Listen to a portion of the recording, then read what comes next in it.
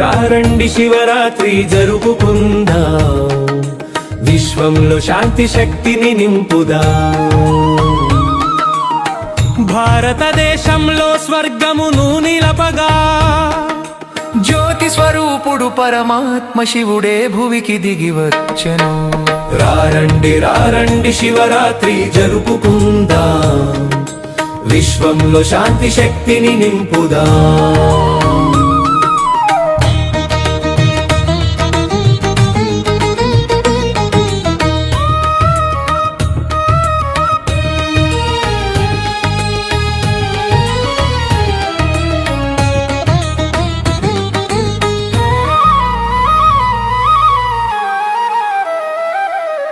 మనసులో అజ్ఞానపు చీకటిని తుంచగా, జ్ఞానపు వెలుగులను నింపగా వచ్చెను.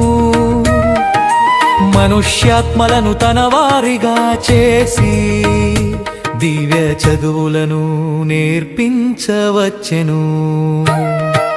రారండి శివరాత్రి జరుపుకుందాం, విశ్వంలో శాంతి శక్తిని నింపుదాం.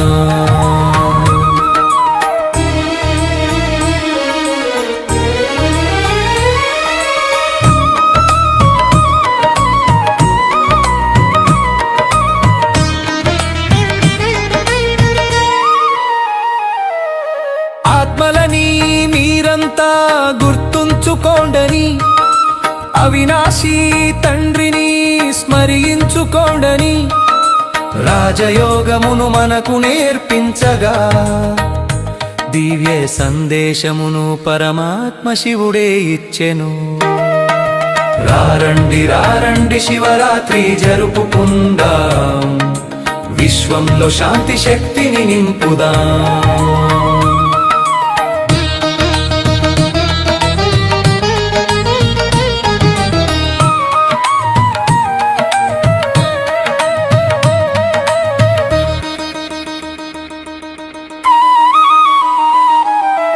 అసత్యము అపవిత్రత పాపము బాపి, అశుద్ధతను వీడి పుణ్యాత్ములుగా మార్చి,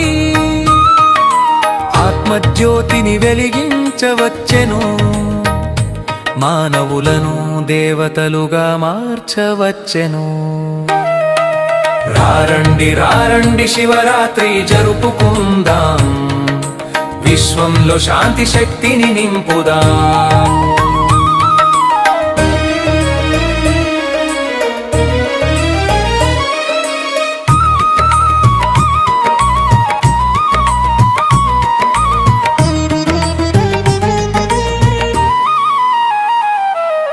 సంగమయుగమున శివుని అవతరణే సృష్టిలో పవిత్రతకు నిత్య నిదర్శనం.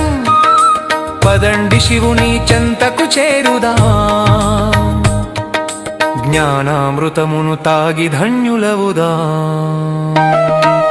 రారండి శివరాత్రి జరుపుకుందాం, విశ్వంలో శాంతి శక్తిని నింపుదాం. భారతదేశంలో స్వర్గమును నిలపగా జ్యోతి స్వరూపుడు పరమాత్మ శివుడే భువికి దిగి వచ్చెను. రారండి శివరాత్రి జరుపుకుందాం, విశ్వంలో శాంతి శక్తిని నింపుదాం.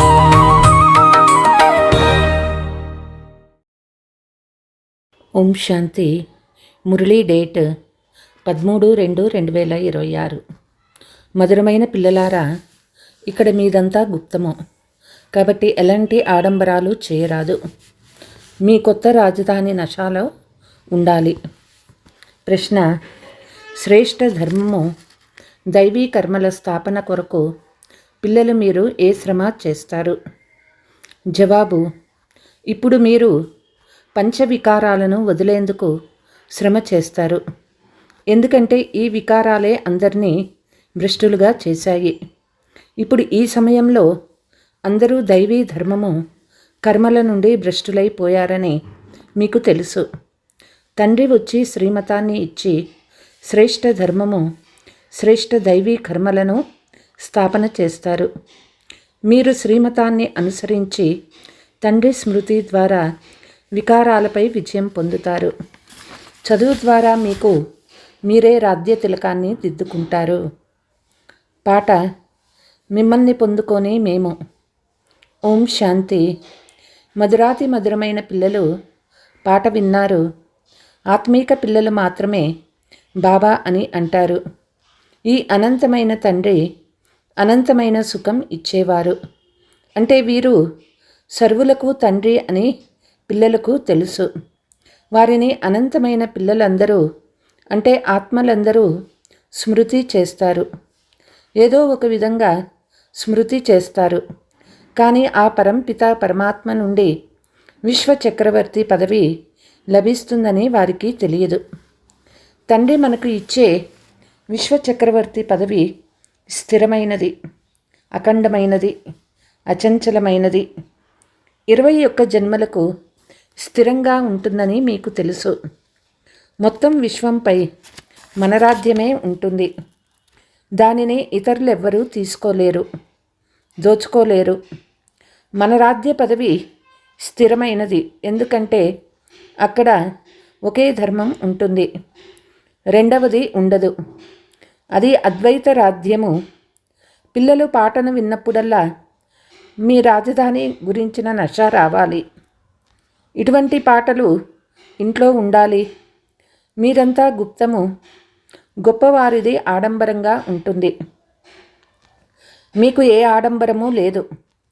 తండ్రి ఎవరిలో ప్రవేశమయ్యారో వారు ఎంతో సాధారణంగా ఉన్నారో మీరు చూస్తూ ఉన్నారు. ఇక్కడ ఉన్న ప్రతి మనిషి అధర్మయుక్త చీచీ పనులే చేస్తూ ఉన్నాడు. కాబట్టి ఆ మనుషులను తెలివిలేని వారని అంటారు. బుద్ధికి పూర్తిగా తాళం వేయబడింది. మీరు ఎంత తెలివిగలవారిగా ఉండేవారు, విశ్వానికి అధికారులుగా ఉండేవారు. ఇప్పుడు మాయ మిమ్మల్ని చాలా తెలివిహీనులుగా, దేనికి పనికిరాని వారుగా చేసేసింది. తండ్రి వద్దకు వెళ్ళేందుకు యజ్ఞ జప తపాలు చాలా చేస్తూ ఉంటారు. కానీ వారికి ఏమీ లభించదు. ఎదురు దెబ్బలు తింటూ ఉంటారు. రోజులు గడిచిన కొద్దీ అకల్యాణమే జరుగుతూ ఉంటుంది. మనుషులు ఎంతెంత తమో ప్రధానం అవుతూ ఉంటారో అంతంత అకల్యాణమే జరిగి తీరాలి. ఋషులు మునులు అని గాయనం చేయబడిన వారు, పవిత్రంగా ఉండేవారు, నేతి నేతి అనేవారు ఇప్పుడు తమో ప్రధానమైనందున శివోహం తతత్వం సర్వవ్యాపి, నీలో నాలో అందరిలో ఉన్నారని అంటున్నారు. వారు కేవలం పరమాత్మ అని అంటారు. పరంపిత అని ఎప్పుడూ అనరు. పరంపితను సర్వవ్యాపి అనడం తప్పు. అందుకే ఈశ్వర లేక పరమాత్మ అని అంటారు. పిత అనే పదము బుద్ధికి తోచదు. ఒకవేళ ఎవరైనా అన్నా మాట వరుసకు మాత్రమే అంటారు. పరంపితాను తెలుసుకుంటే బుద్ధి ఒకసారిగా ప్రకాశిస్తుంది. తండ్రి స్వర్గ వారసత్వం ఇస్తారు. వారు హెవెన్లీ గాడ్ ఫాదర్. అటువంటప్పుడు మనం నరకంలో ఎందుకు పడి ఉన్నాము? ఇప్పుడు మనము ముక్తి జీవన్ముక్తిని ఎలా పొందుకుంటాము? ఇది ఎవరి బుద్ధికి తోచదు. ఆత్మ పతితమైపోయింది. ఆత్మ మొదట సతో ప్రధానంగా తెలివైనదిగా ఉండేది. ఆ తర్వాత సతో రజో తమోలోకి వస్తుంది, వచ్చి తెలివిహీనమైపోతుంది. ఇప్పుడు మీకు జ్ఞానం లభించింది. బాబా మనకు స్మృతి ఇప్పించారు. భారతదేశం కొత్త ప్రపంచంగా ఉన్నప్పుడు మన రాజ్యం ఉండేది. ఒకే మతము, ఒకే భాష, ఒకే ధర్మము, ఒకే మహారాజా మహారాణుల రాజ్యం ఉండేది. తర్వాత మళ్ళీ ద్వాపరంలో వామ మార్గం ప్రారంభమవుతుంది. కర్మల అనుసారంగా ఒక శరీరం వదిలి మరొక శరీరం తీసుకుంటారు.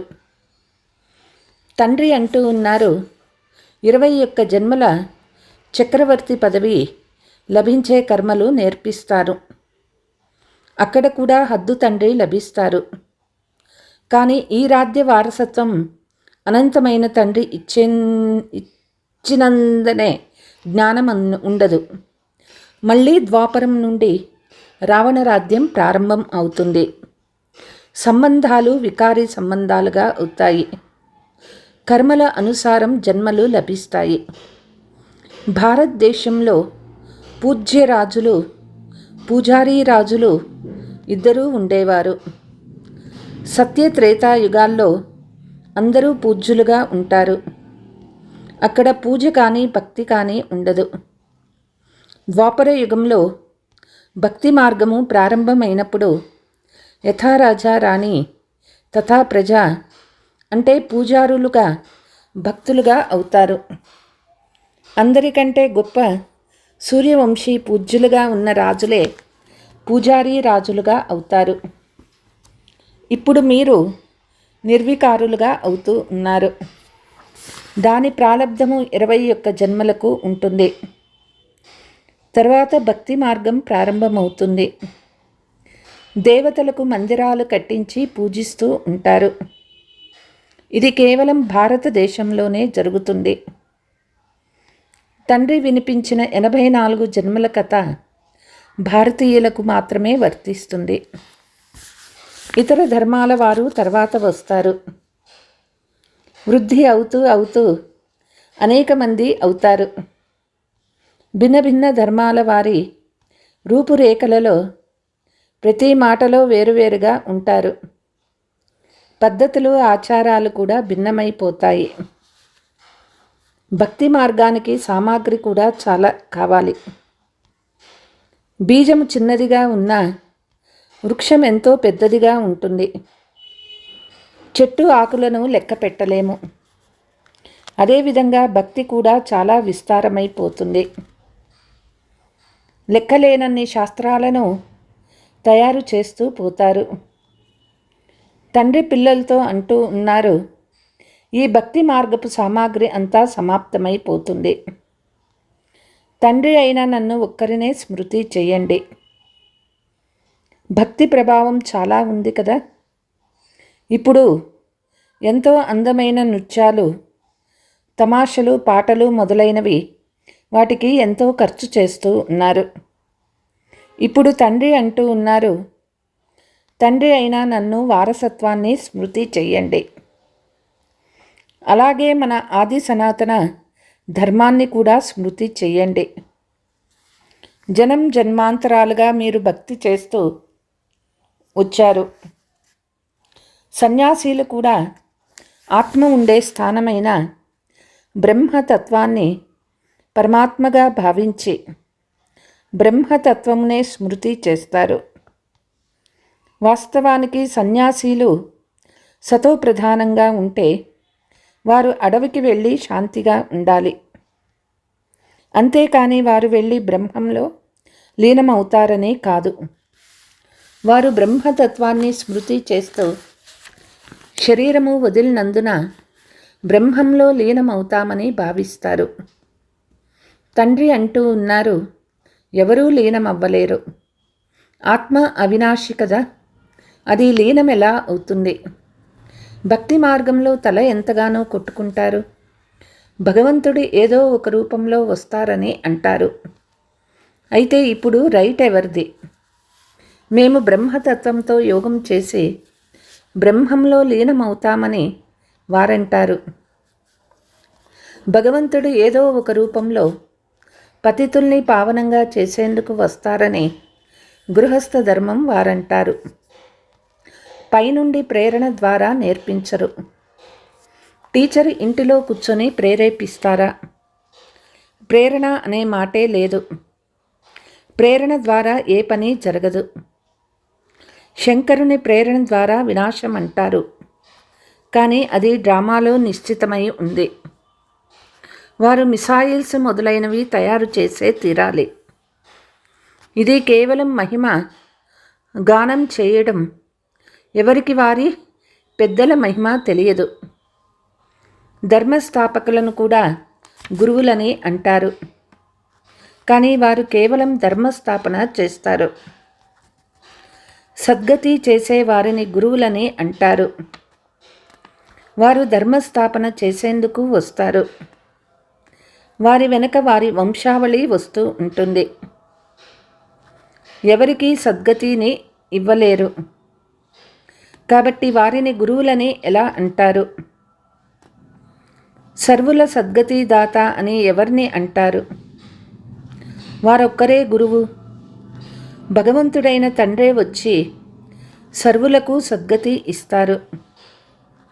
ముక్తి జీవన్ముక్తిలను ఇస్తారు. వారి స్మృతి ఎప్పుడూ కూడా ఎవ్వరూ మర్చిపోరాదు. పతిని ఎంత ప్రేమిస్తున్నా ఓ భగవంతుడా, ఓ ఈశ్వర అని తప్పకుండా అంటారు. ఎందుకంటే వారు సర్వుల సద్గతి దాత. తండ్రి కూర్చొని అర్థం చేయిస్తూ ఉన్నారు.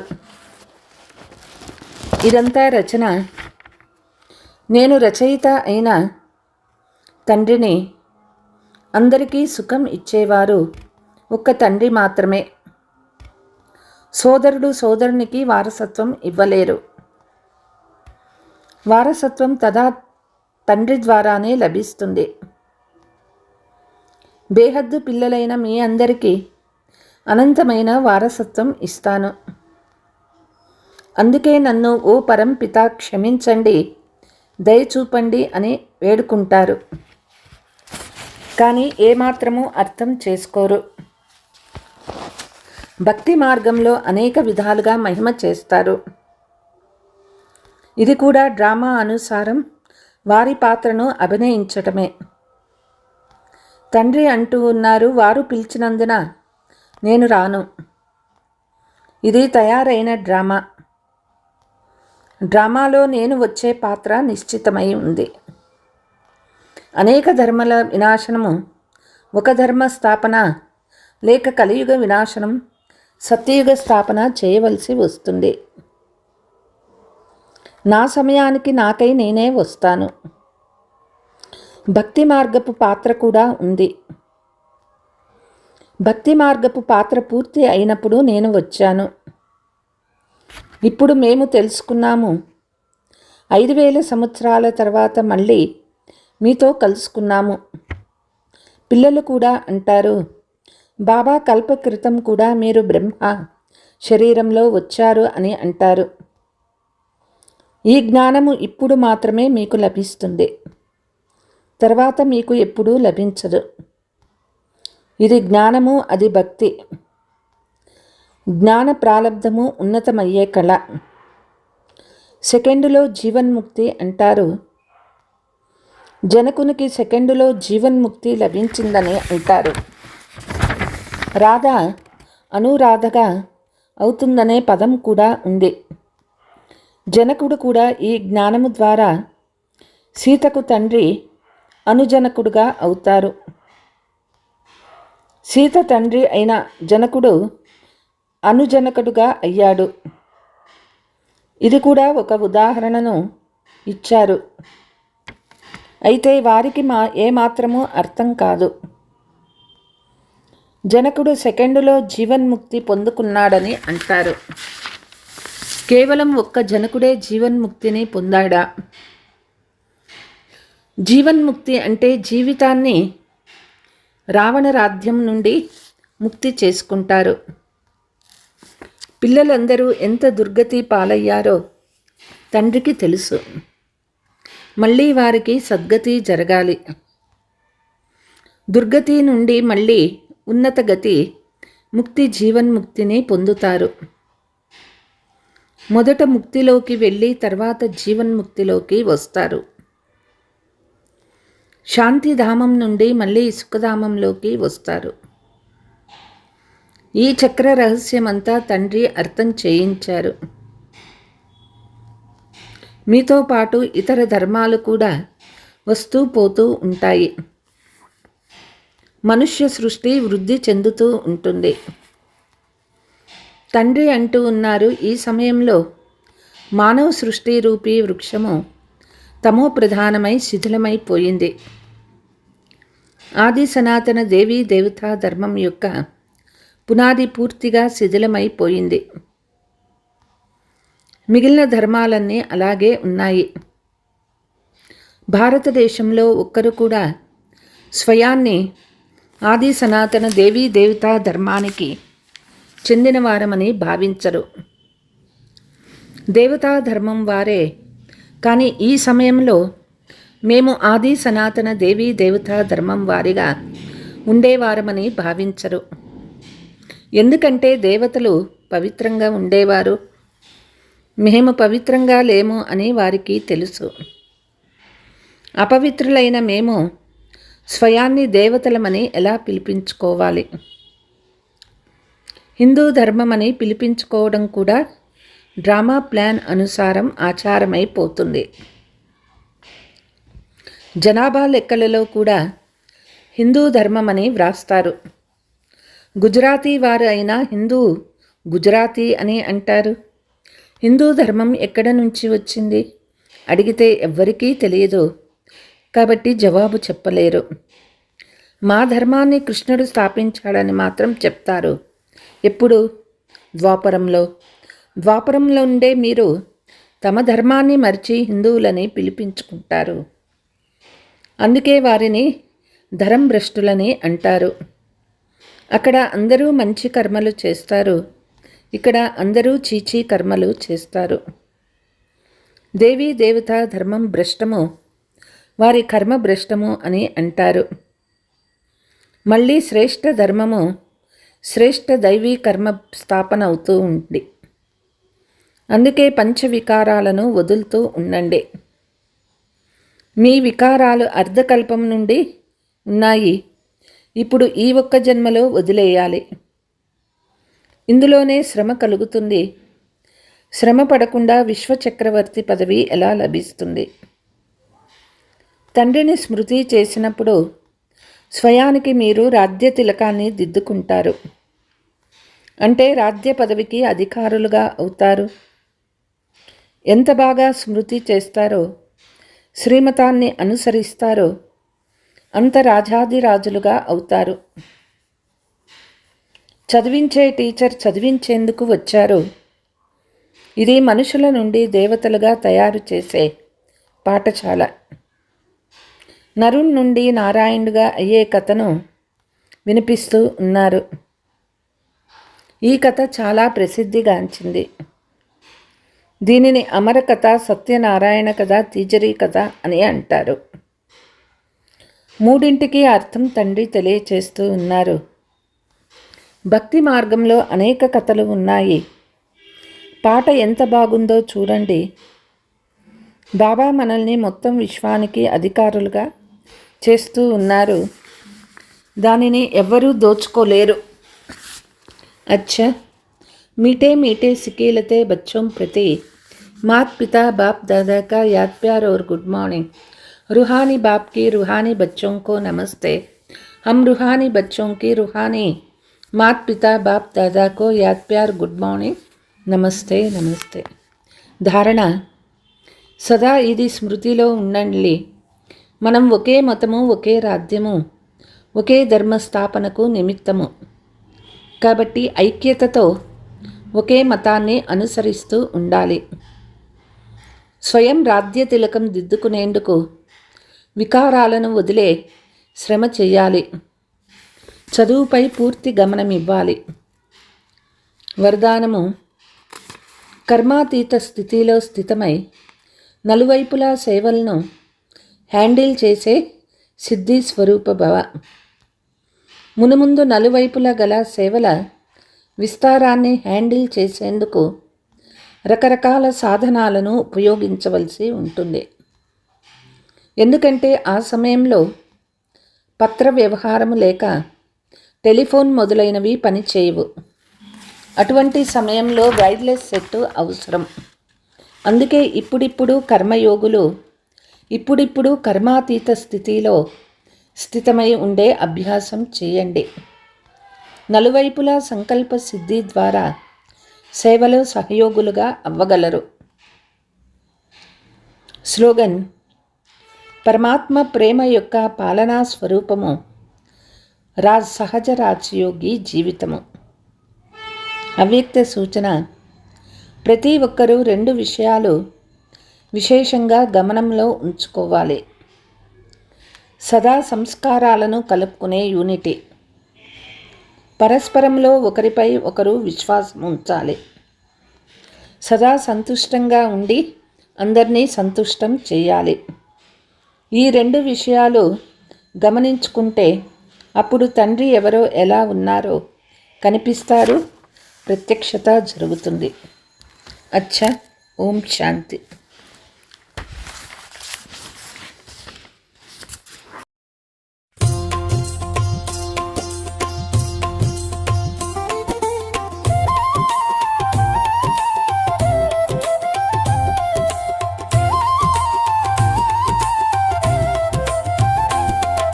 శివజెండా ధ్వజారోహణ చేద్దాము రండి, విశ్వమంతా శాంతి కాంతులు నింపుదాము రండి, అజ్ఞానపు చీకటి పొరలను తొలగించుదాము రండి, పరమాత్ముని విజయ పతాకం ఎగురవేద్దాము రండి.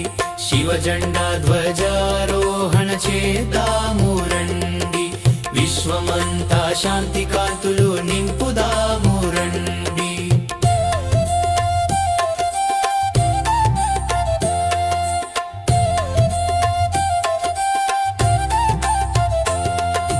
ఎరుపు రంగు జెండాపై త్రిమూర్తులు వెలిసెను, నిరాకారుడు శివ బాబా జ్యోతిగా మెరిసెను. కామక్రోధాల సంకెళ్ళు తెంచుకునే సమయం, పవిత్రతే మన ఆయుధం, ఇదే మన విజయం. స్వరాజ్యాధికారిగా మనము మారుదాము రండి, శివజెండా ధ్వజారోహణ చేద్దాము రండి, విశ్వమంతా శాంతి కాంతులు నింపుదాము రండి.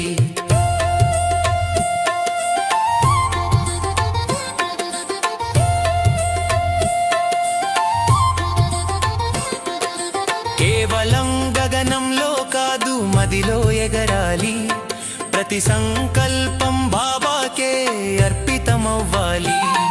ఈ జెండా నీడలో దుఃఖాలు దూరమవుతాయి, సుఖశాంతుల సిరులు మన ఇంట కురుస్తాయి.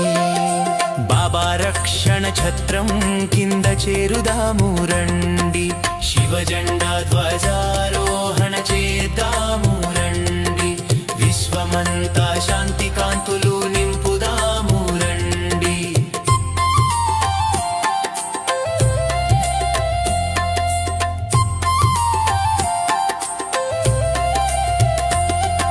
స్వర్గద్వారాలు తెరిచే తాళం ఈ జెండా, జగత్తుకే వెలుగునిచ్చే జ్యోతి జెండా. సత్యయుగ స్థాపనకు ఇదే శుభనాంది, శివశక్తి పాండవ సేనావడిగా కదలిరండి. ముక్తి జీవన్ ముక్తి వరము పొందుదాము రండి, శివజెండా ధ్వజారోహణ చేద్దాము రండి, విశ్వమంతా శాంతి కాంతులు నింపుదాము రండి.